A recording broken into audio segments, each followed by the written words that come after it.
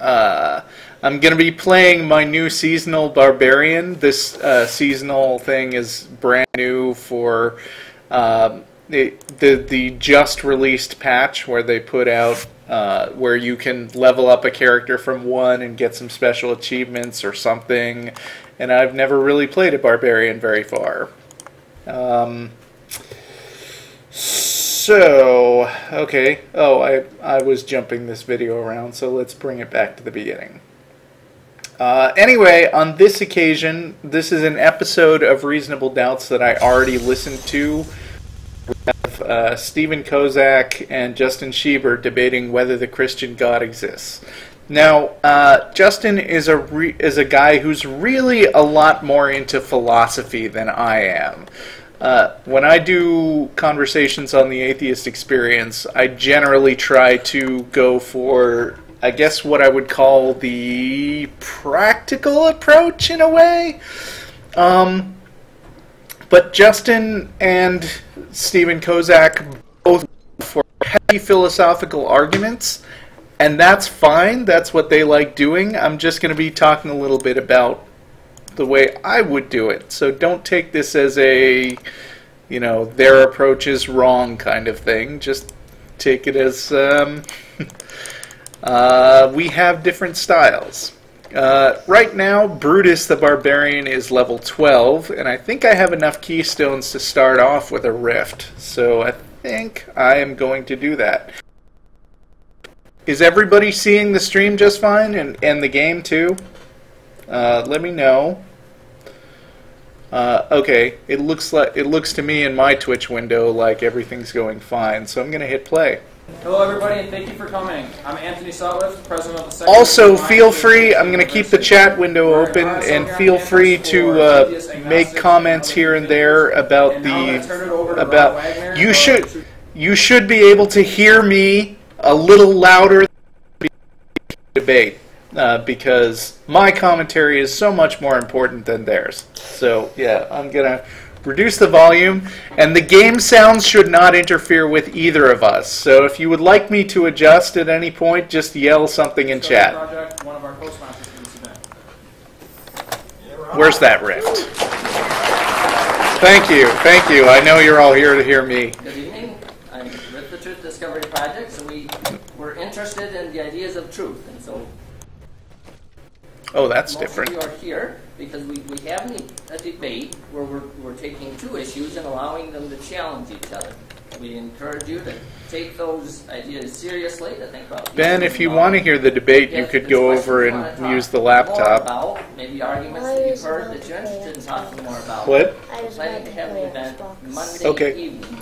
Keep the sound low, though. At the West Campus Community Center. But if you're interested, contact us either on our Okay, Facebook debate audio is too low. Project or hit the table outside the door, and we'll get an idea how many people are. Okay, can you still hear me a little bit over this guy? Out there, everything on it is free. Help yourself. If you like, This is actually as loud as it's going to go, so you may have to turn up your own volume, or I may have to turn down my microphone. Thank you. Yes, thank you. I just wanted to take a moment to thank the Office of Diversion and Inclusion. Also, we'd like to thank Jake and Hugo from the Barber Reloaded for being here to moderate the event. And finally, Justin and Stephen for coming from Grand Rapids and Oakland. If I start dying, I'm going to turn down the difficulty because I don't want to be distracted by having to play well.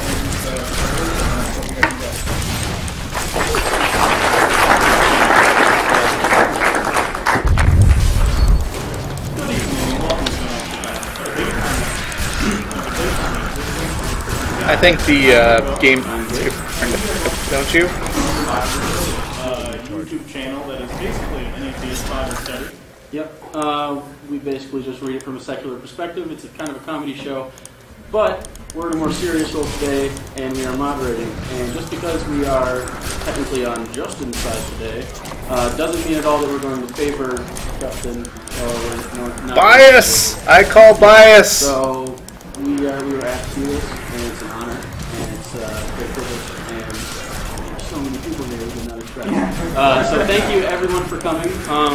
Also, there are comment cards. Okay, I'm not going to mute the game completely, but I'm going to turn it down a little more. Questions that you want to be... And I'm going to turn down my mic volume because it seems like the debate level can't get any better. So let's see. Audio. Microphone.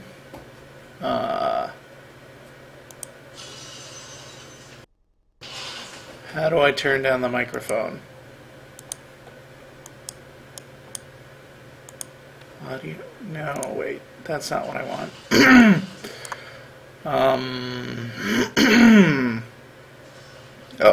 Okay, microphone is down 2 notches. Alright, let's try that.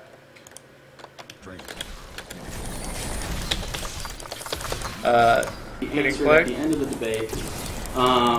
Feel free to fill those out, and then we'll collect them right before. Is this better? How does this sound now? Final statement. Yeah, I know it'll take a couple minutes for the stream to catch up. So if there aren't enough cards out there, if you have a scrap piece of paper or anything, you can just use that, and we'll collect those along with the others later. Yep, and obviously we can't get to everybody. So Blah, blah, we'll blah. rifle through them as fast as possible. Introductory We'll get, material. Some good questions, and you guys can have a chance to ask your own philosophical questions to these two great guys. So now, a couple more things, just quickly.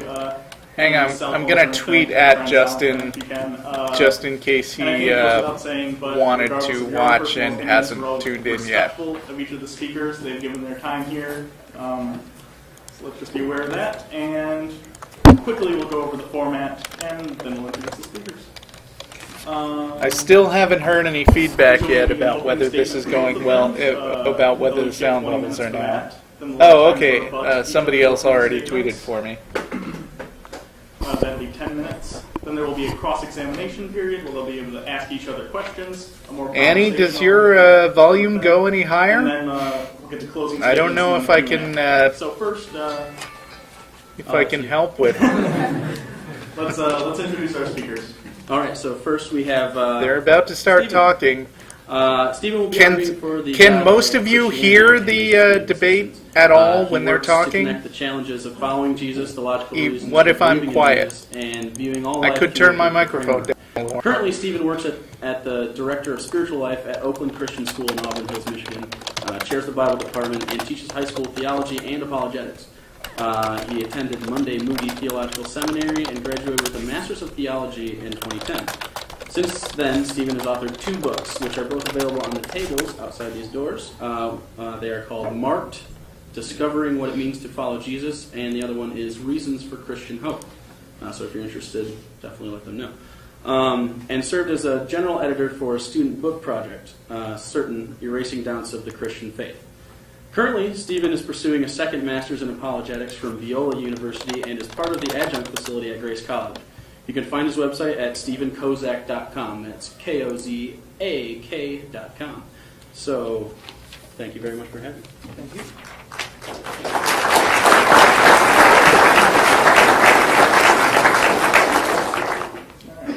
And then on the other side, we have Justin Schieber. He will be arguing that the Christian God does not exist. Sorry about this. I'm messing with the volume settings now to try to make it better. Intellectual arms, as a good Christian soldier should, against his own growing doubts.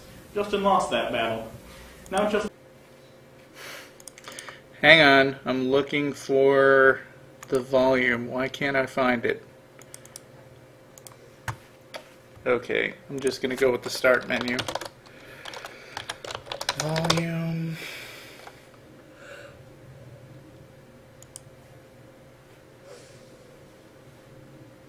Okay. This is going to go all the way up to maximum. Actually, system sounds maybe also. And let's see if let's see what I can do with the microphone. Okay, settings.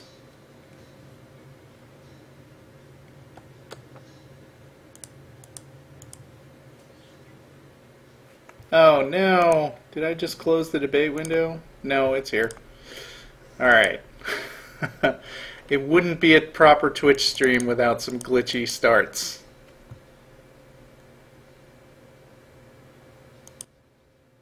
Okay. Okay. The microphone is a lot quieter now. I'm actually looking at the little Justin is a audio co-host of the jiggle. Reasonable Doubts podcast at doubtcast.org and an active member of the Center for Inquiry Michigan. Justin enjoys promoting a friendly yet firm skepticism towards religious How's that? claims. Justin has lectured think we on got it. philosophical arguments for and against the Tell me what existence you of think. God and has participated in several debates with Christian apologists, most of which can be found online. Okay. So, we're going to begin with Stephen and your opening statement. Okay. I think everything's fixed now. Thank you. Just let me know. Thank Here's you to Stephen. Justin for inviting me to Secular Student Alliance. And thank you all for coming. Also, I'm going to move the microphone away from the mouse so you won't hear me clicking at all. How many we're going to attend. This is a fantastic turnout to think about and talk about one of the fundamental and important questions, I think, in life. Throughout history, the question of God, in any capacity, really taken center stage in the public square. Sometimes it evokes frustration, sometimes joy, purpose, sometimes hatred. But the question remains of supreme importance. So I want to offer tonight 3 reasons, although basic, but that Christian deism is the more plausible worldview. Is not. The question Yeah, of I win the debate. has been and continues to be one of the most fundamental questions throughout human history. How did all that we see come into existence? We see the question come to life in science, religion, and even literature. So naturally, it's with existence that I'd like to begin tonight. So I want you to imagine for a moment that a loud bang just occurred outside the doors of this room, enough to interrupt tonight's discussion. Many, if not all of us, would be asking the question, well, what was thinks that? this is good? Where did it come from? Was the noise an explosion? Was it an object that fell? Or some other cause? Well, I believe this notion holds true for the universe as well. It's natural for us to ask, where did all this come from? How did we get here? See, everything that has an explanation, there's an explanation for everything that exists. And in this case, I want to assert that the best explanation for the existence of the universe is, in fact, God. Many in search of an explanation of the universe might simply declare that nothing has caused the universe, it just popped into existence. Almost as if the Big Bang gathered enough amounts of nothing to suddenly create something in an unprecedented, cataclysmic event. So I'm pausing the debate just to make a general comment about this category of argument. People of a philosophical bent who argue for the existence of God love to make the debate try to stay in the purely abstract realm. So they want to basically define God into existence. This is the last debate I commented on was between Matt Dillahunty and Cy Ten Bruggencate. Cy doesn't even try to make a case for God, really. I mean, all Cy basically does is say, you can't be certain of anything, therefore you should just assume that I'm right, because there's no reason not to. In this, the sort of argument from everything needs a cause, the first cause argument, the cosmological argument, is basically better than Cy's argument, I'm going to say, because I hate presuppositional apologetics more than anything. But what it's doing is it's trying to keep everything in the purely in the realm of the vague philosophical conversation, where there's no need to reference anything in the real world. Unlike science, where you have situations where you examine things and test them, guys like Stephen Kozak are going to be saying stuff like, let's just use the pure power of our mind to prove that things exist in reality. And generally speaking, that doesn't work. That's why the scientific revolution happened in the first place. That's why people came up with the idea that you systematically study and test things instead of just sitting around and reasoning about them and staring at your navel. Alright, go on. However, if somehow the world started with nothing, out of nothing, we would continue to have nothing. Because naturally, out of nothing, nothing comes. See, I need to change my equipment pretty soon and check my new skills. Because even a space which appears to have nothing is still something. Nothingness is the absence of even space itself. No properties, nothing at all to measure. but clearly we have something. It might be really cool. We do? That is such a bold statement. Have a party, which is great. But none of us would be justified in believing that to happen, no matter how long equipment and we skills waited. check.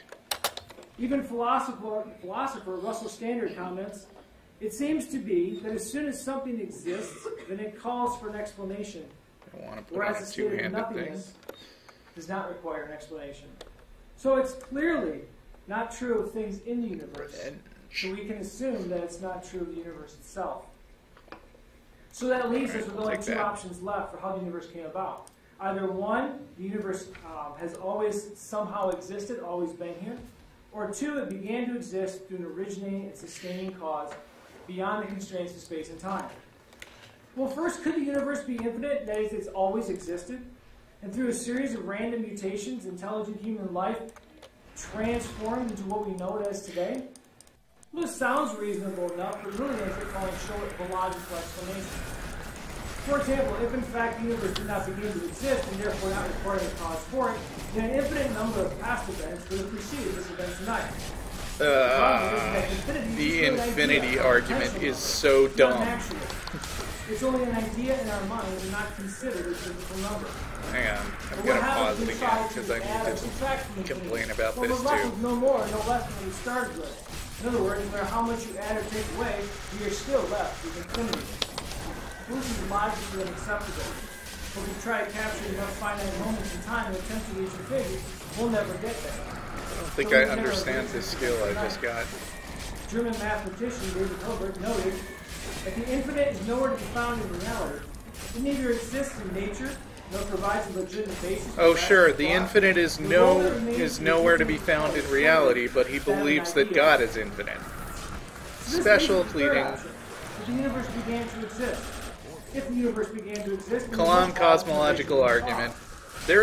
Nothing new ever comes up in these debates. It must be eternal, spaceless, timeless, and incredibly powerful. And personal, so as to the universe come into existence. Did you catch that? He was like, we know that infinities never exist in reality, but God must be eternal. Yeah, the infinity argument I was complaining about a minute ago was like when he says, well, if the universe extends back infinitely in time, then we could never have gotten to this point. Fundamentally misunderstands how the concept of infinity works. Because it's like, that's essentially like saying that if there are an infinite number of numbers, then you could never get to 1. I mean, obviously, even though there are an infinite number of numbers, every point on the number line actually exists. And we can't say, just because we happen to be sitting at a particular moment in time, that there wasn't an infinite amount of time that preceded the point where we started observing it. It's stupid. But I mean, this is what I mean by a pure abstract argument. You know, forget the clear observation that we are here right now in the real world. Just say, we couldn't have gotten here with no justification for that claim. Now I want to look at 3 reasons to demonstrate that this is the case. First, the cause of a finite universe must be something infinite. Something beyond space and time, some kind of prior state of affairs, back here. Some kind of uncaused causer. Second, if such a vast uncaused cause? Why, that's so original. Must have a significant and sufficient amount of power to have created something without any pre-existing material. It's like I'm picking up a lot of equipment I could probably use. This cause must be personal. Everything in the universe is considered contingently existent. That is, its existence is dependent upon some other force or being. So the universe also contingent. Yeah, I'm gonna go dual wield. Something that is necessarily existent. It's a nice yellow shield, but whatever. Or someone that exists in and of itself, or uncaused. Well, there are only 2 things that we know of that can fall into this category: an abstract object like numbers, or some kind of personal mind. Well, an abstract object can't create anything. Yeah, like God. So we're only left with the possibility of a personal mind who created the universe. So to summarize my first argument, premise 1, everything that comes into existence has an originating cause that explains its existence. Premise 2, the universe began to exist. Therefore, the universe... Therefore, I create a special category of things which only contains this God concept that I... You have to believe that's true, because I just said nothing else besides this special category can do that. The other various evils caused by Nazi Germany. Stories about such event and others like it often bring us to tears, leaving us seeking justice in the face of evil that defies human explanation. So now he's changing the subject. He's going for the moral argument. What reason do we have for demanding justice in the face of evil? How is it that we can make I don't understand what my number 2 regarding what is good or evil? It doesn't seem to use any theory. A worldview that accounts for the origin, existence, and knowledge of this good and evil. We need a worldview that provides motivation to oppose evil and pursue Or have good. a cooldown. But can we say that objective moral values exist? No. The philosopher and mathematician Bertrand Russell said that man had invented various devices for causing the individual's self-interest. 47 monsters. Let's see. Philosopher Michael Ruse said that morality is just an aid to survival and reproduction. It has a charge. Gains a charge every time I get hit. Oh, okay, now I can't use it. Okay. According to Ruse and Russell, our moral duty would be to simply do what's best for ourselves and our community, and keep peace with as many people as possible. The atheistic worldview offers nothing in the way of explaining this need for justice and the pursuit of good. Even Friedrich Nietzsche, in his emphatic declaration that God is dead, Zavaros, but I would rather a William Lane Craig clone than a Cy 10 Bruggengate clone. He knew its implications. I can't believe I'm still in the first part of this rift. And even repurposed. I want to find the exit. From the atheistic perspective, then, humans should be considered nothing more than higher functioning animals, and we should be held to the same moral standard as any other animal. Survival, Yes, they should. Reproduction. So then the idea of morality really has no meaning. No! That is not true. You don't get to give your God free credit for morality existing. Now, because there are differences in opinion about all sorts of laws and ideological systems, and we are not in a position to impose one cultural value or moral over and above another. In this case, social systems are responsible for creating moral standards and nothing more. Well, at first glance, this seems to make some sense. There are many customs and practices considered part of the social norm in one culture and considered obscene in another. Think, however, what this implies. In a piece entitled Self-Definition Morality, former president of Planned Parenthood suggested that her career in motherhood was dedicated to passing on a legacy of tolerance to her daughter, and that, quote, men and women of America are demanding that they be allowed to mold their lives not as the arbitrary command of church or state, but as their conscience and judgment may dictate. She goes on to say, when others try to inflict their views on me, my daughter, or anyone else, that's not morality, it's tyranny, and it's un-American. Yeah, This is well written and very, very persuasive, but she does assume a sort of neutral moral high ground. In doing so, she desires to respect each other's views, but anyone who disagrees with her is un-American in turn. No, morality has to be based on true information. It has to be based on some kind of actual consequence of your actions. She's not just arbitrarily saying that any moral system is better than another. Achieving true neutrality finds its moral hero in a sociopath, one who lacks the conscience that the rest of us have. This is the only way one can achieve true moral neutrality, because morals really no longer matter. So then what happens when two opposing worlds collide? When the plane slammed into the World Trade Center... Morals matter to people because they are one of many ways that we make our own existences better. So where does God come in all It's this? just not true that morals have no meaning outside of a God. Of over 3,000 innocent lives be held accountable if we do not maintain some sort of absolute moral standard. If we somehow choose ourselves to be the means by which we measure morality, well, then we're left with nothing to measure. Yeah, we are. We're left with the ability to measure whether our lives get better or worse overall. To go home and measure himself, but he had never seen a ruler. He doesn't know what to do, so he decides to use himself to measure himself. So he goes back to school, tells his teacher that he's 1 Johnny tall. Do we really have any information on how tall he is? Well, of course not. This doesn't make any sense. The measuring rod must be independent of the thing being measured. Otherwise, Yeah, measuring feet and inches. And you know who invented the notion of feet and inches? People.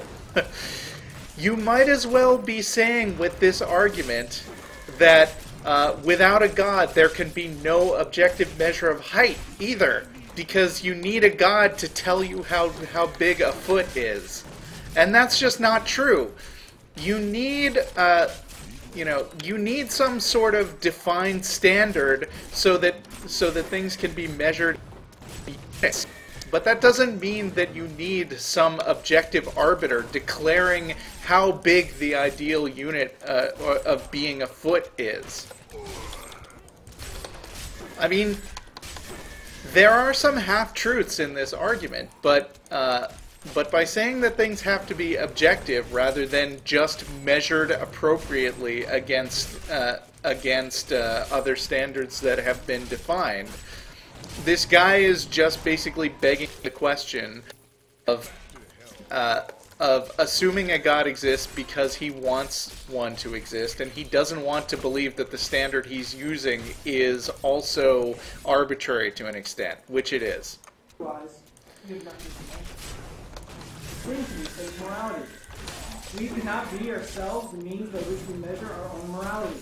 We must look beyond ourselves to something greater. We need something beyond the created order, something beyond space and time, something personal that serves as the ultimate standard and judge for morality. So morality without the reality of God really becomes the larger problem for the atheist. Without God, there is no moral standard.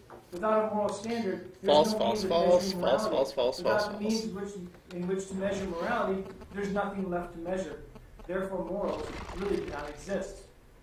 Apologist and theologian Douglas Rufus suggested that also the no Euthyphro dilemma. Value, there is no possibility of moral reasoning. Individuals are left to create morality on the basis of anything, or in fact nothing. So to summarize, I'm trying to get out of here without argument, fighting more stuff because I want a change of scene before I go to before I fight the boss. Values do not exist. Well, objective moral values do exist. Therefore, God exists. And lastly, the resurrection of Jesus. The resurrection of Jesus is the most critical of all of the evidence, because for the Christian, okay, now he's changing the subject again. So far we have the first cause argument, cosmological argument, and then we have the argument from you need God to make you moral, and now we are switching to, what was it? Oh yeah, saying that there is evidence, which at least is a kind of measurable, testable thing in principle. In principle. But let's see what he says about that. Christianity is not a viable worldview option whatsoever. New Testament scholar and historian N.T. Wright noted, the resurrection of Jesus offers itself to the student of history or science no less than the Christian or theologian, not as an odd event within the world, as it is, but the utterly characteristic, prototypical, and foundational event within the world as it has begun to be, not as an absurd event within the old world, but the symbol and starting point of a new world. It can be said with near absolute certainty, among scholars both Christians and non, that Jesus was in fact crucified under the Roman government sometime around 30 to 33 AD. This rift only has one freaking level. Scholarship in this area, the historical person of Jesus of Nazareth traveled first century Palestine as a Jewish rabbi, and because of the perceived threat he had in the Jewish religion and the peace of the Roman Empire, he was crucified. Because I said so. Scholars or historians, the investigation of the person of Jesus has resulted in almost unanimous consent. But if I don't find this exit soon, I'm going to have to start fighting something, because I know that just watching me run around is really boring. That provides more than enough reason I'm going to fight. Jesus resurrected from the dead 3 days after being crucified and buried, and thereby affirming his claim to be God. Number 1, the discovery of the empty tomb. I believe that Dr. William Lane Craig correctly states that the historical credibility of the story of Jesus' burial does support argument from authority. It would have been strictly followed custom to ensure that the body was properly prepared and placed in the tomb prior to the Sabbath, which began at sundown on Friday, Jesus' body would have been wrapped in roughly 100 pounds of linens and spices, and then placed in How the did I tombs just by die? Roman soldiers. More so, this empty tomb was discovered. Sorry. Is that noise coming from the video? By women. Yeah, it Now, is. to appreciate the thrust of this fact, you gotta understand that the role of women in Jewish society is critical. A woman's testimony was never, at any time, considered valid. If the early disciples were trying to fabricate a story, women discovering the empty tomb would not have been the means to do that. If the tomb had not been empty, the preaching of the apostles could have, and most likely would have been stopped by simply producing a dead body. If Jesus was the threat that Rome and the Jews thought he was, it was in their best interest to produce a body and put down any unneeded political... Okay, now to me, this is the only thing of some interest he has said so far. Trying to make a specific logical case for the idea that the Bible was real. But the problem is that that basically the Gospels as we know them now weren't really put together until, well, I mean, they weren't really written until like at least 30 years after Jesus' death. Am I getting that right? And the compendia, like the real mainstreaming of the Bible didn't happen until St. Paul wrote his stuff. And so anything you could say about the way the Bible was put together has to be taken in sort of the context of like realizing that can't be taken in the context of this is what's happening contemporaneous to the Bible being written and the events of Jesus being relatively recent at the same time.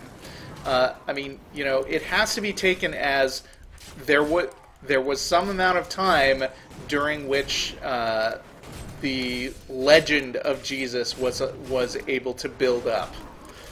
I mean, all this talk about how the Romans wouldn't have allowed people to talk him up, you have to realize this is happening like 30 years in the past. I'm going to get through this entire rift without finding an exit to the next level. Damn. And rest. Thus the need for the tomb to be guarded. Further, if Jesus had been killed and buried in a tomb and left there, it would have been extremely likely that the tomb would have been venerated as that of a saint. This custom would explain why the women were at the tomb in the first place, preparing the site. No, the reason that the story said that the women found the tomb. This is just assuming that the stuff written in the Bible is true. You can't prove that Jesus was resurrected by taking the stuff in the Bible at face value with no justification for that. But I want to make sure I know that when I consider the evidence available from the biblical text, I am not taking the Bible as the inspired Word of God. Let's see. Got a rune for overpower. Throw up to 3 axes at nearby enemies. Oh, that's neat. Christians and non-biblical scholars as well as historians. Still that skill that So Paul's first letter to the church in Corinth describes I'm commenting on the debate, not this, mostly. Chapter 15, verses 1 through 8. Paul's authorship of the letter is undisputed among scholars, and in this passage, Paul is invoking an already existing creed of the church. The letter was drafted in the middle 50s AD and is known to be the earliest account of the resurrection. Historians have also determined that we got a Paul boss. mentions Peter and James as witnesses to the resurrection, and Paul met with and received this info from them some years earlier. Yeah, it's likely by in the most chat historical room. accounts Neo is the one. It says so in the Matrix. Perfect Information analogy. is well attested among scholars from all spectrums. Even the well-known atheist New Testament critic Gerd Ludemann comments, I do insist, however, Can't be that well the known. pre-Pauline confessional formulation is one of the great achievements of recent New Testament scholarship. So what this shows is that the affirmation of the resurrection was established a short time after the event and added to the early community's fundamental beliefs. Further, it disproves the resurrection as a much later Being chased by a star thing. Instead, the witnesses that Paul speaks of were alive and available for questioning. Therefore, it seems clear that Paul was reporting what he received from the earliest eyewitness disciples, the closest to Jesus. And finally, the transformation of the early disciples. The historical record of the early Christians illustrates the group of people who, upon the crucifixion of Jesus, fled for fear of their own lives. That is, until they believed he resurrected and appeared to them. The attitude of the Christians after they had allegedly witnessed a divine miracle became bold proclaimers of the gospel. Or so it said in the book that was written 30 years later, after they'd had time to mythologize him. Brutal deaths. They lived, as the first century Roman historian Tacitus noted, enemies of the human race. Man, I almost died right there. Happen, scholars would derive the reasons for the rapid growth of Christianity. Must have been Jesus that saved me from cold snap. Jesus, who did not understand Being that chased by another star. The idea of a resurrection of one man who could not stand by the side of Jesus risking their own lives while Rome took his, suddenly braved persecution, declaring that Jesus had indeed risen from the dead. The earliest and most consistent message of the early church to today has been grounded in the resurrection of Jesus. And going? Because to summarize my arguments, neither one of them is exciting enough to carry a stream all by itself. I mean, I will be the first to say that Diablo is kind of a boring game to watch, and listening to this guy drone on is not the most exciting thing in the world, but you put them together, and they are fun.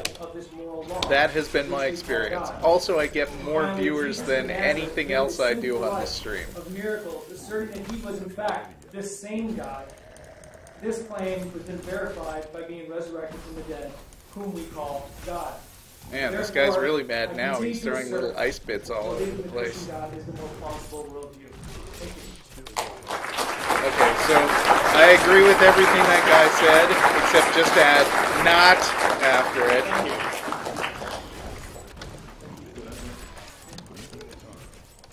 Good evening. I want to thank Anthony Sutliff in the... Alright, here's Justin. Let's see what he's going to do with all this. Oh, crap. And I'm happy to be sharing the stage with author and Christian I didn't mean to resize the window just now. And I want to thank all of you guys for coming, for putting down the controls to Grand Theft Auto 5 for a few hours. Oh, Justin, you know how to appeal to a college crowd. The kinds of which don't happen nearly enough. Crap. And so I'm delighted to be here with you today. He killed me. Now, while it is true that Stephen and I disagree on some of the most basic, fundamental questions that one can possibly ask themselves, I find myself in complete agreement with him when he writes in his most recent book, quote, "No matter how we wish to look at or define reality to suit our own experience and our needs, there are always consequences to getting it wrong." And I think he's absolutely right about that. Yeah, I used to believe in everything Mr. Kozak believes. I read my Bible regularly. I felt absolutely certain that I had a profound relationship with Jesus Christ. It was haunting. Then I had a conversion and saw the light. My mind started to have doubts. I tried to resist these doubts by reading apologetic authors like Cole and C.S. Lewis. But once I began to critique those arguments, I soon that began is a to learn sweet belt for me. that the evidence just isn't with Christianity. I got a legendary. That was very surprising to me and also very disturbing. Tonight I hope to make Putting it that shit on. that a proper dose of reason urges us to abandon this ancient yet rich tradition. Now, there are several ways that one might argue against the existence of a particular God. One of those ways is to argue that this particular concept of God is logically incompatible with some feature of reality. We might call this the deductive approach. Another way is to argue that the existence of God is very improbable.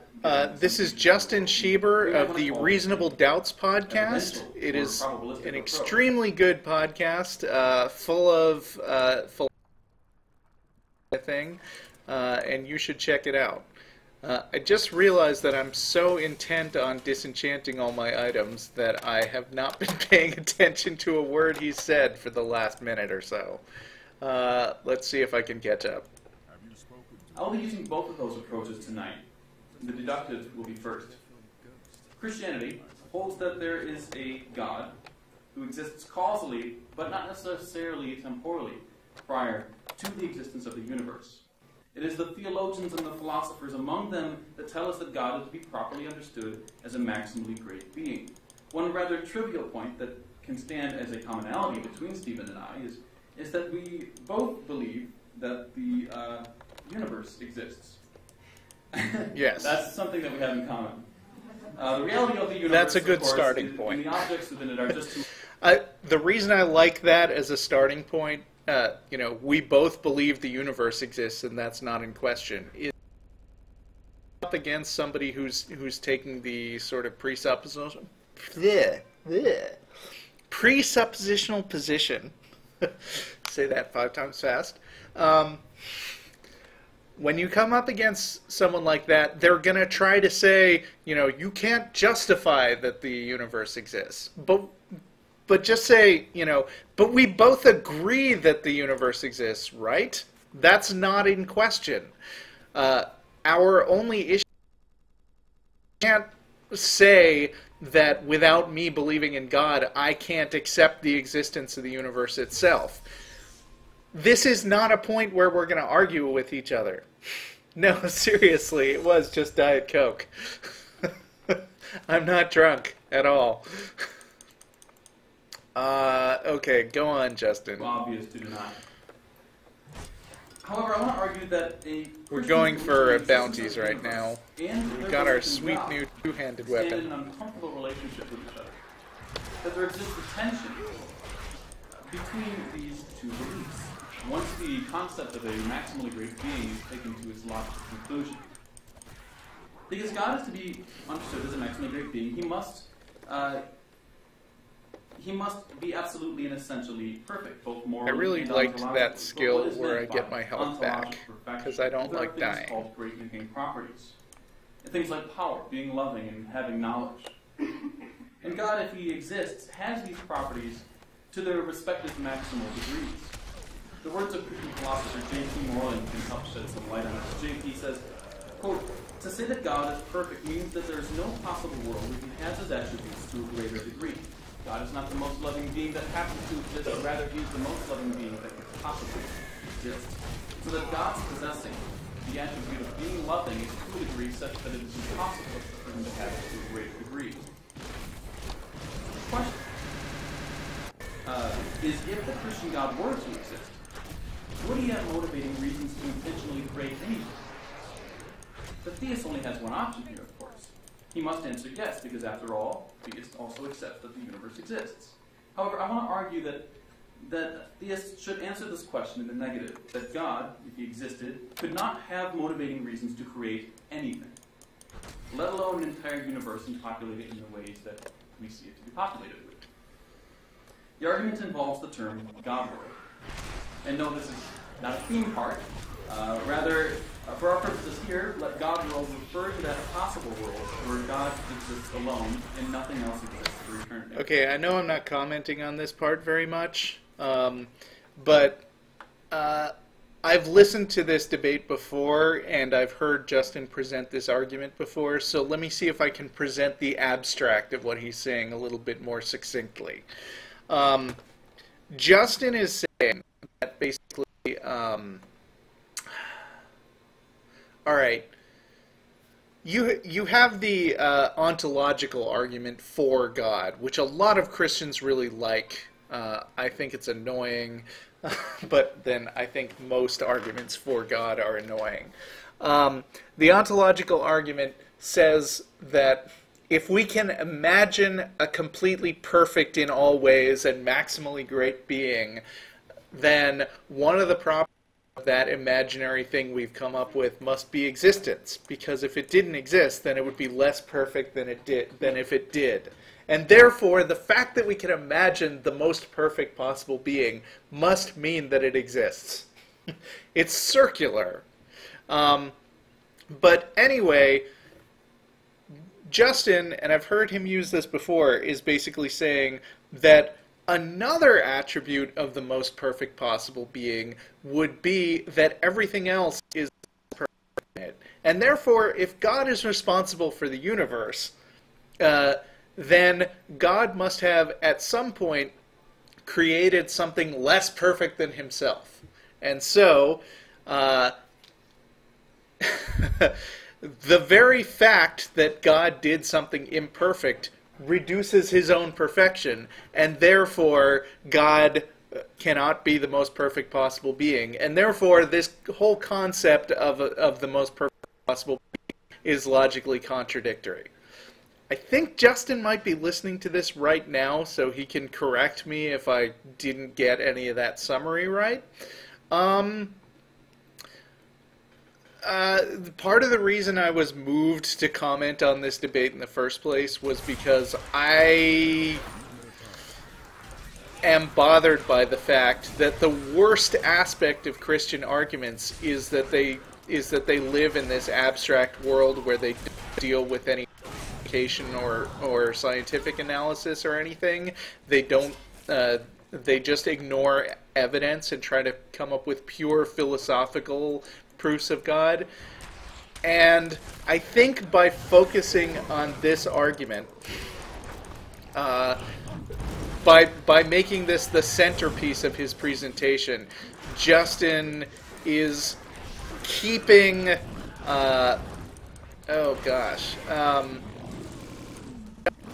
Deliberately keeping everything in the realm of the philosophical abstractions. And I wasn't crazy. Thanks, Justin. I just got that confirmation in the chat room. Anyway, we're going to go on, and Justin is going to continue saying something like what I just said. Of course, to say that God world is which apparently I summarized right. This means that it's a way that reality could have been, even if it is not the way that reality actually is. So, of course, this argument takes for granted. And meanwhile, we will kill the aspect of destruction, Baal's warmonger, because he is not perfect enough.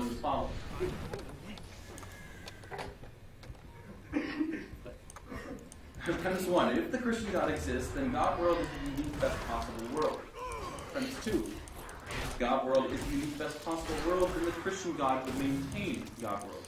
Premise 3, God world is false because the universe does exist. Therefore, the Christian God, as so defined, does not exist. Now, this argument sure seems valid, but is it sound? Are the premises true? Premise 1, if the Christian God exists, then God world is the unique best possible world. Why think it should be true? Well, if God... So, meanwhile, in the chat room, the present-day Justin is telling me that it is an evidential argument because the fact that the universe exists is incompatible with a perfect God. But that's... At the same token, a Christian would say to me that the cosmological argument is an evidential argument because the fact that the universe exists is incompatible with there not being a God to start it all. When I say that the cosmological argument is an abstraction to begin with, I mean there are no counterexamples of a universe not existing. I mean, there's nothing to compare it against. Like you said, Justin, in the opening statement, both agree on the notion that the universe exists to begin with. It's practically axiomatic. And he's claiming the existence of the universe proves the existence of God, and you're claiming the existence of the universe proves that there is no God. And they're both purely philosophical-based arguments that begin with the premise that the universe exists and then don't go looking for any more details or things you could measure something against. Oh, hey, my sorceress needs a skill. Remember, he is the best possible being, meaning that he has all those great-making properties to their maximal degrees and no such properties to any lesser degree.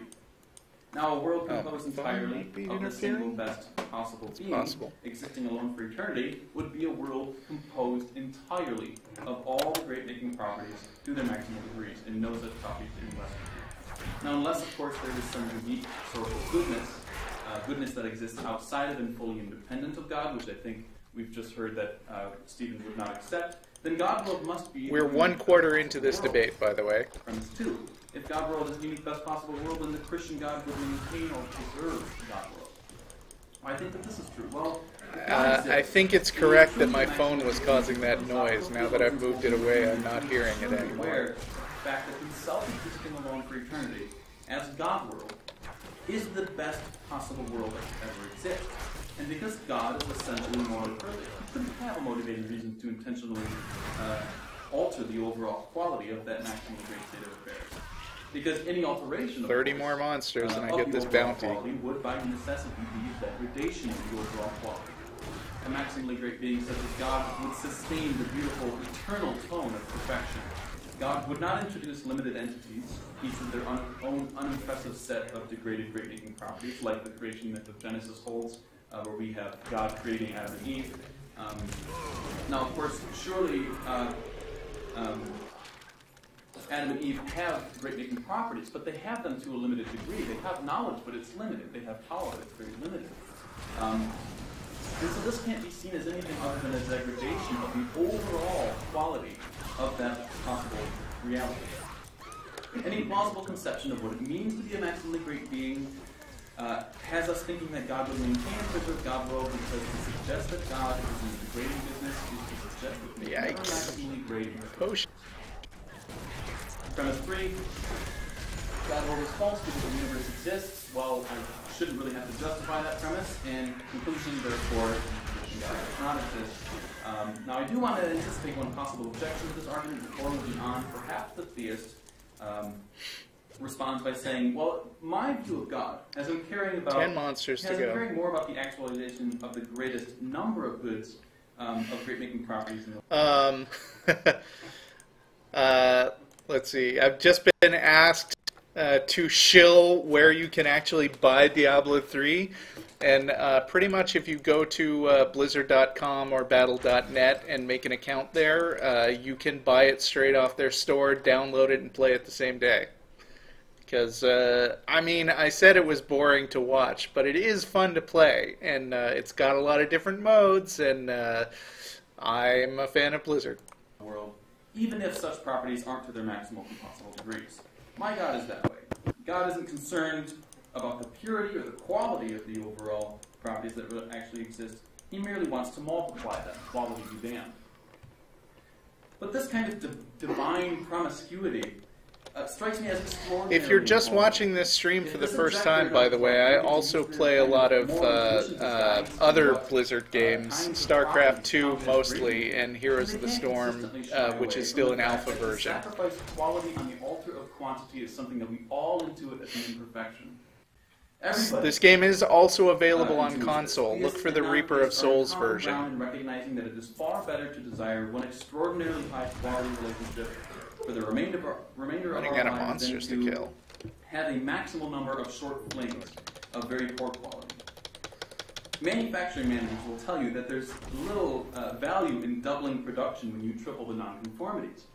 Moreover, without independent justification for thinking that a maximally great being, if he existed, that he would desire quality over quantity, this response would be gratuitously ad hoc in the most transparent way. Now, for my next argument, I'll be using the evidential approach. Okay.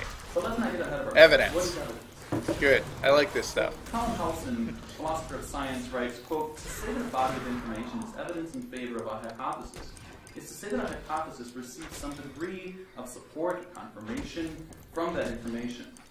So your cookie jar is unexpectedly empty, so you hypothesize that your roommate stole the cookies. Now, if later that day you observe your roommate with crumbs on his face, then this new observation would, of course, lend strong support to your hypothesis. Because now your hypothesis is more probable than it would be if it were standing alone. A hypothesis with the new evidence makes it more probable than if it were standing alone.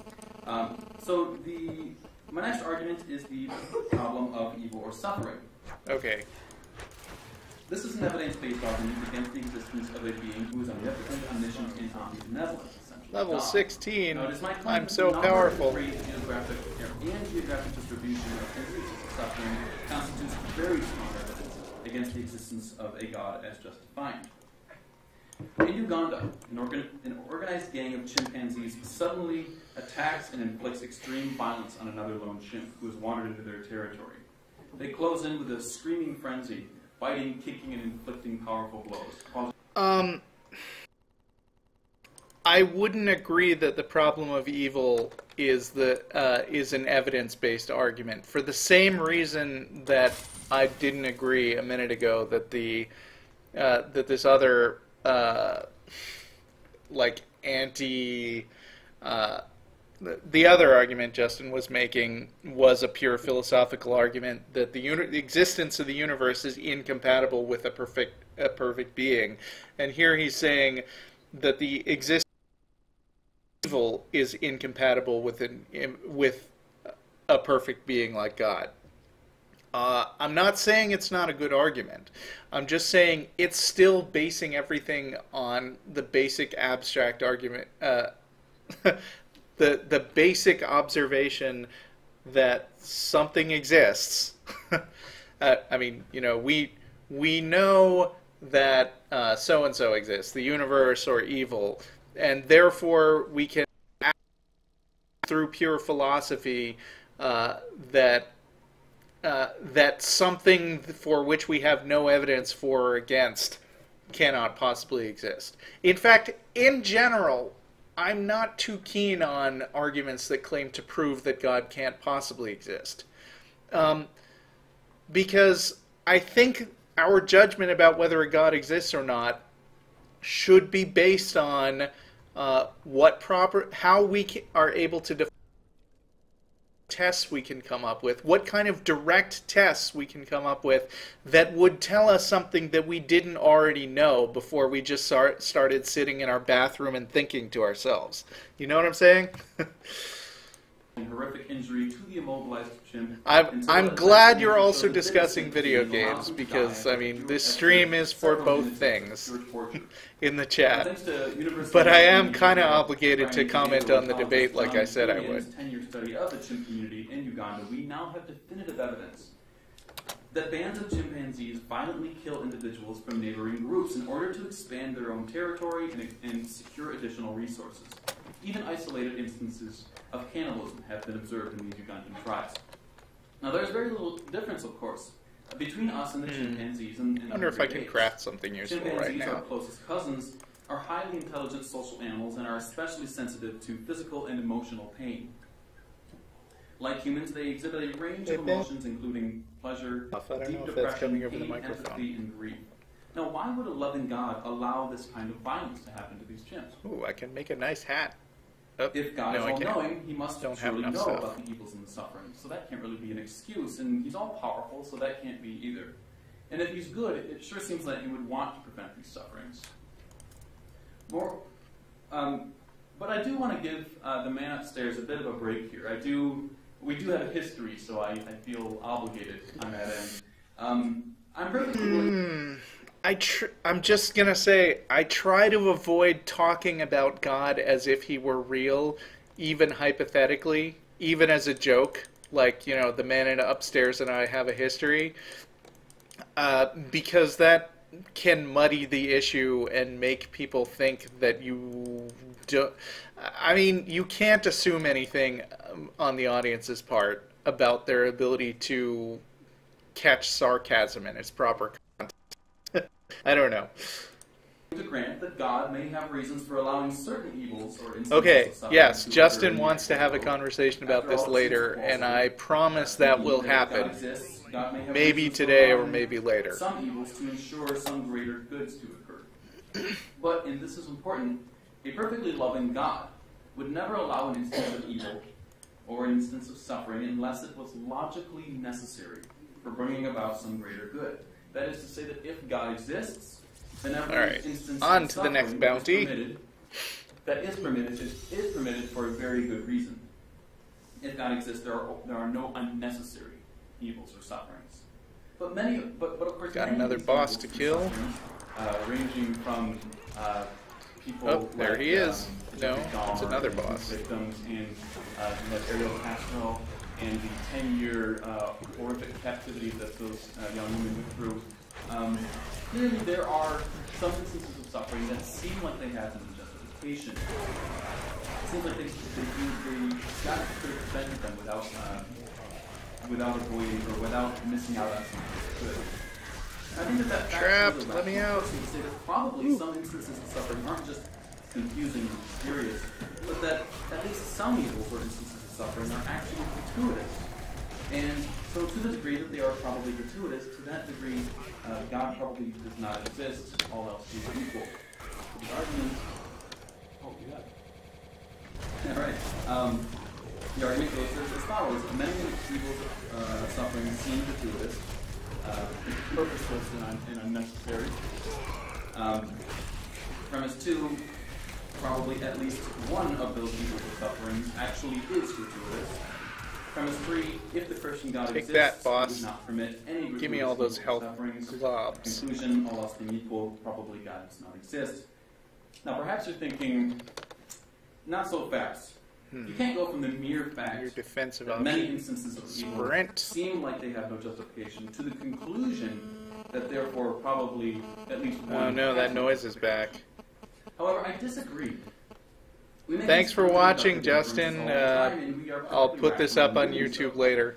For example, suppose that after searching And my we'll entire talk, house, I swear. I cannot seem to find a fully grown adult elephant. I don't know why I would be doing that, but let's avoid that for now. Naturally enough, I would infer that there probably isn't one there.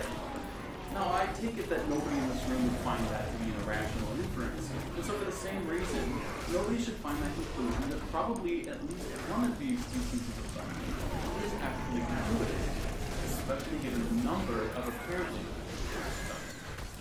And so in the words of philosopher Robert Bass of UNC, quote, evil counts against the existence of God just as crabgrass on the Gulf Stream counts against the existence of artificial stream speed. My third argument is Sounds glitching. Sorry about that. of God rather than an argument in anticipation of a popular response to the evidential problem of evil that I just presented. Essentially, I want to force my opponent to either accept that the vast number of seemingly gratuitous suffering does indeed constitute very strong evidence against the existence of God, or to accept the position of being unable to know that the simple claims of Christianity are actually true. So most of the time, theists will object to the inference that I made between premise 1 and 2 of the evidential problem of evil, mainly from that there are many apparently gratuitous evils, to probably there's at least one of those that is actually gratuitous. They will usually say something like, well, if God existed, he would be so far above us and know so much more than us that the mere fact that we can't see any justification for God allowing the vast number of particularly harsh instances of suffering to occur doesn't give us any reason to think that probably at least one lacks justification. After all, the script would go, seemingly unjustified suffering is only evidence against God if we should expect to be able to understand God's reasons for allowing the things that he does. And no sensible Christian would make such a claim. For all we know, God has reasons for allowing things that we simply don't understand. Now, a number of theistic philosophers have advanced this response to arguments similar to mine. Yeah, so I agree with what Justin's saying here, for the record. A lot of Christian apologists things like, well, we can't judge what we think are God's bad actions because we can't understand what's on God's mind. And with that in mind, what I would say is we can't even, if we can't judge God's actions, then we can't actually tell if God is moral. The Christian apologist here wants to have his cake and eat it too. He basically wants to say, you can understand the mind of God, but you can understand that he's absolutely good. And I would say you can't assume that in any way. All the stuff that seems to be bad in the Bible, we're just, you, Mr. Christian, are assuming from your limited knowledge that you know that he's good anyway. But maybe if you think your understanding of right and wrong is so infantile and undeveloped, then why do you think you're in a position to say that God isn't just absolutely evil instead? Go on, Justin. So people like Alvin Plantinga, Stephen Weinstraw, and William Lane Craig. Now, if this statement is true, then I must agree that it does seem to avoid the central inference in the evidence of fallen evil, because it says that all things considered, we're simply in no position to place probabilities on whether or not God has a justification for allowing particular evils. However, if this is the kind of epistemic humility one should expect given the existence of the Christian God, then a significant problem enters the picture.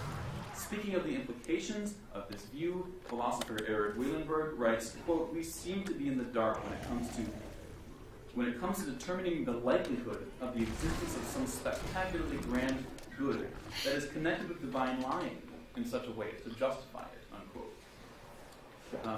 And so, okay, we are premise one. If the Christian God exists, then he has exhaustive knowledge of all moral goods, evils, and intent relationships. Premise two. We limited human beings killed 100 things, but haven't gotten to the boss yet. Got an arrow though. I know I'm getting close. How many people have I got watching the stream? More than before. That's a fine thing. Understanding justification for God's lying to us in a certain deed being some biblical assertion. And conclusion, if we are in no position to place probabilities on whether there is beyond our understanding justification for God's lying to us in asserting B, then we do not know any proposition that has biblical justification only. This argument shows that while Christians can surely be invited to believe in the truth value of propositions that have biblical justification only, they cannot know these propositions are true because they lack rational justification or warrant. Every biblical divine assertion concerning the necessary and sufficient conditions for one to be saved, and every assertion regarding the subject significance of the death and resurrection of Jesus Christ fall under those statements that are only. Now, if Christians are not in a place to place probabilities on whether or not God has morally sufficient reasons for beyond their understanding to lie to them, then Christians are in no position to place probabilities on the actual truth claims of these biblical. Yes, well said. I approve this message. Okay. If that's true, then Christians cannot know that the essentials. But unfortunately, it killed me because I was so busy admiring the soundness of the argument that my poor barbarian died. The actual truth of what My companion alone. must be completely unknowable to the Christian thinker. While not necessarily being a problem for justified belief in a God, it is certainly a big problem for justified belief in the Christian view of God, which entails things like the significance of the death and resurrection of Jesus and Don't like freezing monsters. in God. So let's review my arguments. Thank you. Alright, a strong finish there from Justin. Back to Kozak. Now, having watched this debate once... I'm going to try to address all of his arguments. Never mind, I'm just going to let them talk. How fast I can move through this. First, let's talk about God rule. But I do want to say, and I mentioned this to somebody before, that I do appreciate Justin's arguments in the sense that they are not the arguments that I normally hear from non-Christians of really any kind. Usually it's just poking fun at what Christians believe or tearing down Christian arguments rather than constructing your own. Yeah, this was a comment he made that when I listened to the debate, I had to laugh about this because when a Christian compliments you about that he likes what you're saying, that is not necessarily an indication that you're making a good argument. I mean, not that Justin didn't make a lot of good arguments here, but he's saying, oh, I don't like it when atheists do nothing but poke holes in the Christian position. Don't take that as an indication that you should be doing the thing he likes instead of going ahead and poking holes in the Christian argument. Because really, the main problem with Christianity is that it's got no basis for it. And like I always say, atheism is the default position. And the burden of proof is on the Christians to make their case. And if they do it badly, it is perfectly acceptable to be Our argument sucked. And I can understand he doesn't like it when atheists do that, but do that. I do appreciate Justin's ability to construct some arguments to give this conversation some depth. So, to begin, I'm trapped again by a Waller monster. Oh, it's Waller and freezing. I'm gonna die. If God is indeed the greatest possible being that could possibly exist, Got out of there. It's the very thing that makes him God, right? The fact that he is who he is. But the idea of God world suggests that because God is such a being, he would have no sufficient reason to create anything because it really can't compare to who he is. So there's a couple problems I see with this. Well, first, I think it makes an assumption that if God existed, he would not have created anything else. It's really no more than an assumption on who God is, the character of a God, in terms of what we think God might or might not want to create. If God is a maximally great being, then it seems to me that he has the freedom to create what he chooses, so long as it doesn't contradict his character. Second, we have no reason to believe that God must create or want to create something as unique and as perfect as he is. In fact, to be God, he cannot. The very thing that makes him God is that his creation must be left. Yeah, this response right here just encapsulates why I don't like debates where one side is saying, well, if being, then he must be this way, and another one said, no, if God was a maximally being, he would actually be this way. There's no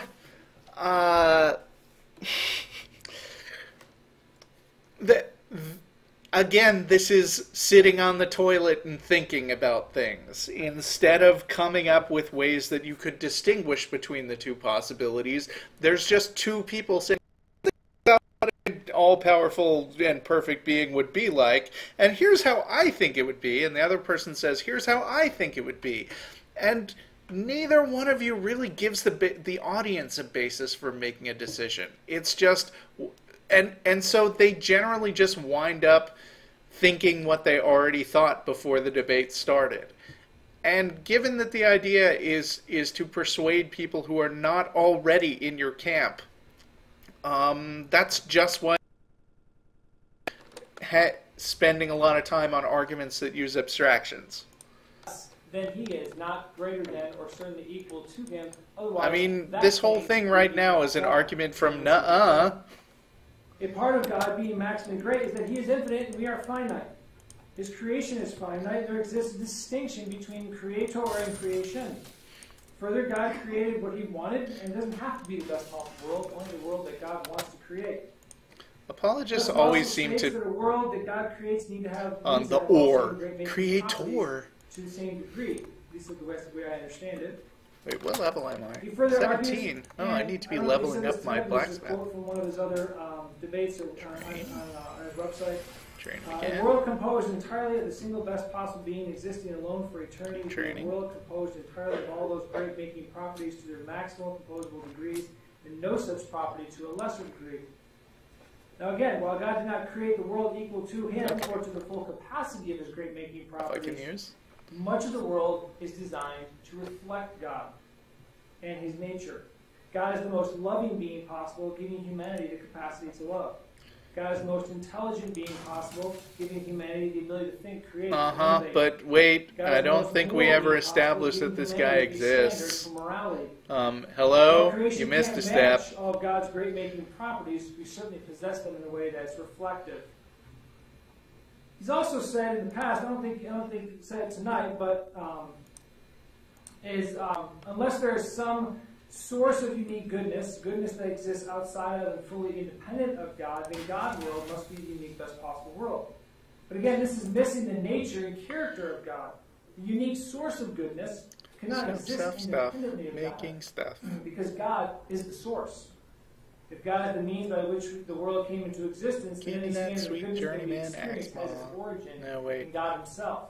Still got an orange. Therefore, although incredibly interesting, and I appreciate the argument, I don't believe that God world could really exist in any kind of reality whatsoever, and therefore, since we're talking about the universe as it stands now, I believe these premises really don't stand.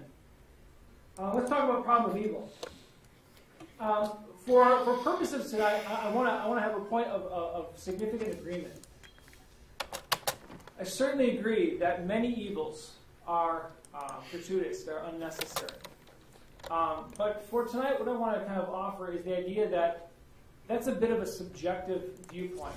Because when we're talking about suffering, generally we're talking about something very deep and very personal to each and every one of us. He's saying now that it's subjective to judge what kind of evil something is, even though he's saying that believing in a God somehow makes it objective, but we can't tell the difference. And again, you know, if you don't have sufficient capacity, then you're also not in a position to say that this God being that you've just made up, pulled out of your ass, is the way you say he is. In summary, introducing God into the conversation doesn't fix subjectivity problems that you brought up earlier. There could be any one of us at any time experiencing an evil or an aspect of suffering that we might think is gratuitous, that we might think is unnecessary. So I want to kind of address that as a kind of a whole thing and just say, you know what, they all could be, based on where we are in our current life and what's going on.